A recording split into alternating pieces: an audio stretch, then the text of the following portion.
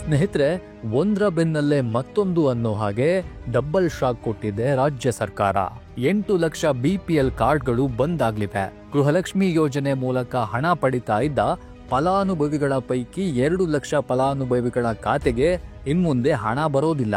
ಹಾಗಿದ್ರೆ ಏನಿದು ಸರ್ಕಾರದ ಹೊಸ ನಿರ್ಧಾರಗಳು? ಯಾರ್ಯಾರ ಬಿಪಿಎಲ್ ಕಾರ್ಡ್ ಬಂದಾಗ್ಲಿವೆ, ಯಾರ್ಯಾರಿಗೆ ಗೃಹಲಕ್ಷ್ಮಿ ಹಣ ಇನ್ಮುಂದೆ ಬರೋದಿಲ್ಲ? ಈ ಬಗ್ಗೆ ಈ ವಿಡಿಯೋದಲ್ಲಿ ಡೀಟೇಲ್ ಆಗಿ ತೋರಿಸ್ತೀವಿ.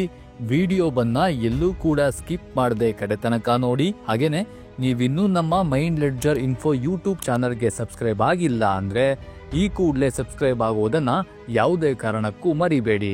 ಸ್ನೇಹಿತರೆ, ಅನರ್ಹ ಬಿಪಿಎಲ್ ಕಾರ್ಡ್ ರದ್ದುಗೊಳಿಸಿ ಅಂತ ಹಲವು ದಿನಗಳಿಂದ ಕೂಗು ಕೇಳಿ ಬರ್ತಿತ್ತು. ಕೊನೆಗೂ ರಾಜ್ಯ ಸರ್ಕಾರ ಎಚ್ಚೆತ್ತುಕೊಂಡಿದೆ. ಅನರ್ಹ ಕಾರ್ಡ್ಗಳ ವಿರುದ್ಧ ಆಹಾರ ಇಲಾಖೆ ಸಮರ ಸಾರಿದ್ದು ಬಿಪಿಎಲ್ ಫಲಾನುಭವಿಗಳಿಗೆ ಆತಂಕ ಶುರುವಾಗಿದೆ. ಇತ್ತೀಚೆಗಷ್ಟೇ ಕೇಂದ್ರ ಸರ್ಕಾರ ಅನರ್ಹ ಪಡಿತರ ಚೀಟಿಗಳನ್ನ ರದ್ದುಪಡಿಸುವಂತೆ ಎಲ್ಲಾ ರಾಜ್ಯಗಳಿಗೆ ಸೂಚನೆಯನ್ನ ನೀಡಿ ಸೆಪ್ಟೆಂಬರ್ 30ರ ಡೆಡ್ಲೈನ್ ಅನ್ನ ಕೊಟ್ಟಿತ್ತು. ಗಡುವು ಹತ್ತಿರವಾದ ಬೆನ್ನಲ್ಲೇ ರಾಜ್ಯ ಸರ್ಕಾರ ಅನರ್ಹ ಕಾರ್ಡ್ಗಳ ವಿರುದ್ಧ ಸಮರ ಸಾರಿದೆ. ರಾಜ್ಯದಲ್ಲಿ ಸುಮಾರು 12.68 ಲಕ್ಷದ ಅನುಮಾನಾಸ್ಪದ ಬಿಪಿಎಲ್ ಕಾರ್ಡ್ಗಳು ಪತ್ತೆಯಾಗಿವೆ. ಈ ಪೈಕಿ ಸುಮಾರು 8 ಲಕ್ಷ ಕಾರ್ಡ್ ರದ್ದತಿಗೆ ಸರ್ಕಾರ ಪ್ಲಾನ್ ಮಾಡಿದೆ. ಶೀಘ್ರದಲ್ಲೇ ಈ ಬಗ್ಗೆ ಆಹಾರ ಇಲಾಖೆ ಸರ್ಕಾರಕ್ಕೆ ವರದಿಯನ್ನ ಕೂಡ ಸಲ್ಲಿಸಲಿದೆ. ಬಿಪಿಎಲ್ ಪಡಿತರ ಚೀಟಿ ಹೊಂದಿರುವವರ ಪೈಕಿ 6,16,196 ಜನ ಈವರೆಗೂ ಕೆವೈಸಿಯನ್ನ ಮಾಡಿಸಿಲ್ಲ. 1,20,000ಕ್ಕಿಂತ ಅಧಿಕ ಆದಾಯ ಇರೋ 5,13,613 ಜನರಿದ್ದಾರೆ. ಇನ್ನು ಅಂತಾರಾಜ್ಯ ಪಡಿತರ ಚೀಟಿದಾರರ ಸಂಖ್ಯೆ 57,864 ಇದ್ರೆ 7.5 ಎಕರೆಗಿಂತ ಜಾಸ್ತಿ ಭೂಮಿ ಹೊಂದಿರುವವರ ಸಂಖ್ಯೆ 33,456 ಇದೆ. ಕಳೆದ 6 ತಿಂಗಳಿಂದ 19,893 ಮಂದಿ ರೇಷನ್ ಅನ್ನೇ ಪಡೆದಿಲ್ಲ.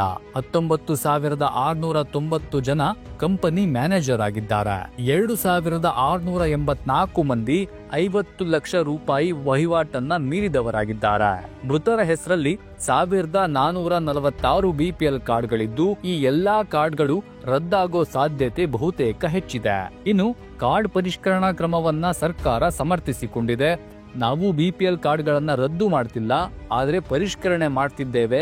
ಒಂದು ವೇಳೆ ಫಲಾನುಭವಿಗಳಲ್ಲಿ ಅನರ್ಹರು ಕಂಡು ಬಂದ್ರೆ ಎಪಿಎಲ್ಗೆ ಸೇರ್ಪಡೆ ಮಾಡ್ತೇವೆ ಎಂದು ಹೇಳಿದೆ. ಕಾಂಗ್ರೆಸ್ ಸರ್ಕಾರ ಅನರ್ಹ ಬಿಪಿಎಲ್ ಕಾರ್ಡ್ ರದ್ದತಿಗೆ ಮುಂದಾದ ಬೆನ್ನಲ್ಲೇ ಕೇಸರಿ ಪಡೆ ಸಿಡಿದೆದ್ದಿದೆ. ಸರ್ಕಾರ ಬಡವರನ್ನ ಮುಗಿಸಲು ಹೊರಟಿದೆ. ಕಾರ್ಡ್ಗಳು ರದ್ದಾದ್ರೆ ಸರ್ಕಾರಕ್ಕೆ 250 ಕೋಟಿ ರೂಪಾಯಿ ಉಳಿಯಲಿದೆ. ಗ್ಯಾರಂಟಿ ಸ್ಕೀಮ್ ಸೇರಿ 106 ಸ್ಕೀಮ್ ಅನ್ನ ತಪ್ಪಿಸಲು ಬಿಪಿಎಲ್ ಕಾರ್ಡ್ ಕ್ಯಾನ್ಸಲ್ಗೆ ಮುಂದಾಗಿದೆ ಎಂದು ಬಿಜೆಪಿ ನಾಯಕರು ಕಿಡಿಕಾರಿದ್ದಾರೆ. ಇವಿಷ್ಟು ಬಿಪಿಎಲ್ ಕಾರ್ಡ್ನ ಕಥೆಯಾದ್ರೆ, ಗೃಹಲಕ್ಷ್ಮಿ ಯೋಜನೆಯಲ್ಲಿಯೂ ದೊಡ್ಡ ಆಪರೇಷನ್ ನಡೆಸೋಕೆ ಮುಂದಾಗಿದೆ ಸರ್ಕಾರ. ಈ ಯೋಜನೆಯ ಲಾಭ ಪಡಿತಿದ್ದ 2 ಲಕ್ಷಕ್ಕೂ ಅಧಿಕ ಅನರ್ಹ ಫಲಾನುಭವಿಗಳ ಹೆಸರನ್ನ ಮಹಿಳಾ ಮತ್ತು ಮಕ್ಕಳ ಕಲ್ಯಾಣ ಇಲಾಖೆ ಪಟ್ಟಿ ಮಾಡಿ ಅವರನ್ನ ಸ್ಕೀಮ್ನಿಂದ ಡ್ರಾಪ್ ಮಾಡಿದೆ. ಈ ಪೈಕಿ 1.08 ಲಕ್ಷ ಮಹಿಳೆಯರ ಕುಟುಂಬ ಇನ್ಕಮ್ ಟ್ಯಾಕ್ಸ್ ಅನ್ನ ಪೇ ಮಾಡ್ತಿದೆ. ಆದ್ರೂ ಸರ್ಕಾರ ಪುಕ್ಸೆಟ್ಟೆ ದುಡ್ಡು ಕೊಡುತ್ತಲ್ಲ ಅಂತ ಈ ಯೋಜನೆಗೆ ಸೇರ್ಕೊಂಡಿದ್ದಾರೆ. ಹಾಗೇನೆ 1.04 ಲಕ್ಷ ಮಹಿಳೆಯರ ಫ್ಯಾಮಿಲಿ ಜಿಎಸ್ಟಿ ಅನ್ನ ಕೂಡ ಕಟ್ತಿದೆ.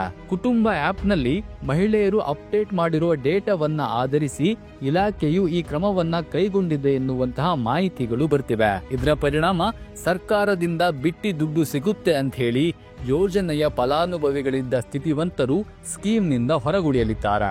ಸ್ನೇಹಿತರೆ, ಸರ್ಕಾರ ತೆಗೆದುಕೊಂಡಿರೋ ಈ 2 ಕ್ರಮಗಳು ಸಹ ಒಳ್ಳೆ ಕ್ರಮಗಳೇ. ಯೋಜನೆಗಳನ್ನ ಅರ್ಹ ಫಲಾನುಭವಿಗಳಿಗೆ ಮಾತ್ರವೇ ತಲುಪಿಸೋಕೆ ಸರ್ಕಾರ ದಿಟ್ಟ ಹೆಜ್ಜೆಯನ್ನೇನೋ ಇಟ್ಟಿದೆ. ಆದ್ರೆ ಈ ಹೆಜ್ಜೆಯಲ್ಲಿ ಕೊಂಚ ಎಡವಟ್ಟಾದ್ರೂ ನೈಜ ಫಲಾನುಭವಿಗಳಿಗೆ ಸಮಸ್ಯೆಯಾಗತ್ತೆ. ಹೀಗಾಗಿ ಸರ್ಕಾರ ಯಾವೆಲ್ಲ ಡೇಟಾಗಳನ್ನ ಅವಲೋಕಿಸಿದೆ, ಗ್ರೌಂಡ್ ಲೆವೆಲ್ ನಲ್ಲಿ ಈ ಬಗ್ಗೆ ಚೆಕ್ ಮಾಡಿದ್ಯಾ, ಸಂಕಷ್ಟದಲ್ಲಿರೋ ನೈಜ ಫಲಾನುಭವಿಗಳಿಗೆ ಯಾವುದೇ ಸಮಸ್ಯೆಯಾಗದಂತೆ ಸರ್ಕಾರ ಎಚ್ಚರಿಕೆ ವಹಿಸಿದ್ಯಾ ಅನ್ನೋದು ಇಲ್ಲಿ ಬಹಳ ಮುಖ್ಯವಾಗತ್ತೆ. ಇಲ್ಲಿ ಸರ್ಕಾರಕ್ಕಿಂತ ಹೆಚ್ಚಾಗಿ ಜನರು ಪ್ರಜ್ಞಾವಂತರಾಗಬೇಕು. ಸ್ಥಿತಿವಂತರಾದವರು ನಾನು ಸ್ಥಿತಿವಂತನಾಗಿದ್ದೇನೆ, ನನಗೆ ಸರ್ಕಾರದ ಹಣ ಬೇಡ, ಸರ್ಕಾರದ ರೇಷನ್ ಬೇಡ ಎಂದು ಅವರಾಗಿಯೇ ಹೇಳಬೇಕು. ಇಂತಹ ಒಳ್ಳೆ ಕಾಲ ಅದ್ಯಾವಾಗ ಈ ದೇಶಕ್ಕೆ ಈ ರಾಜ್ಯಕ್ಕೆ ಬರುತ್ತೋ ಗೊತ್ತಿಲ್ಲ. ಸ್ನೇಹಿತರೆ, ಬಿಪಿಎಲ್ ಕಾರ್ಡ್ ಹಾಗೂ ಗೃಹಲಕ್ಷ್ಮಿ ಯೋಜನೆಯಲ್ಲಿ ಸರ್ಕಾರ ತೆಗೆದುಕೊಳ್ತಿರೋ ಈ ಕ್ರಮಗಳ ಬಗ್ಗೆ ನಿಮ್ಮ ಅಭಿಪ್ರಾಯ ಅನಿಸಿಕೆ ಏನು ಅನ್ನೋದನ್ನ ಕಮೆಂಟ್ ಮಾಡಿ ತಿಳಿಸಿ. ಈ ವಿಡಿಯೋ ಇಷ್ಟವಾಗಿದ್ರೆ ಲೈಕ್ ಮಾಡಿ, ಶೇರ್ ಮಾಡಿ. ಇಂತಹ ಇನ್ನಷ್ಟು ಇಂಟ್ರೆಸ್ಟಿಂಗ್ ಕಂಟೆಂಟ್ಗಳಿಗಾಗಿ ನಮ್ಮ ಮೈಂಡ್ ಲೆಡ್ಜರ್ ಇನ್ಫೋ ಯೂಟ್ಯೂಬ್ ಚಾನಲ್ಗೆ ಸಬ್ಸ್ಕ್ರೈಬ್ ಆಗೋದನ್ನ ಯಾವುದೇ ಕಾರಣಕ್ಕೂ ಮರಿಬೇಡಿ. ನಮಸ್ಕಾರ.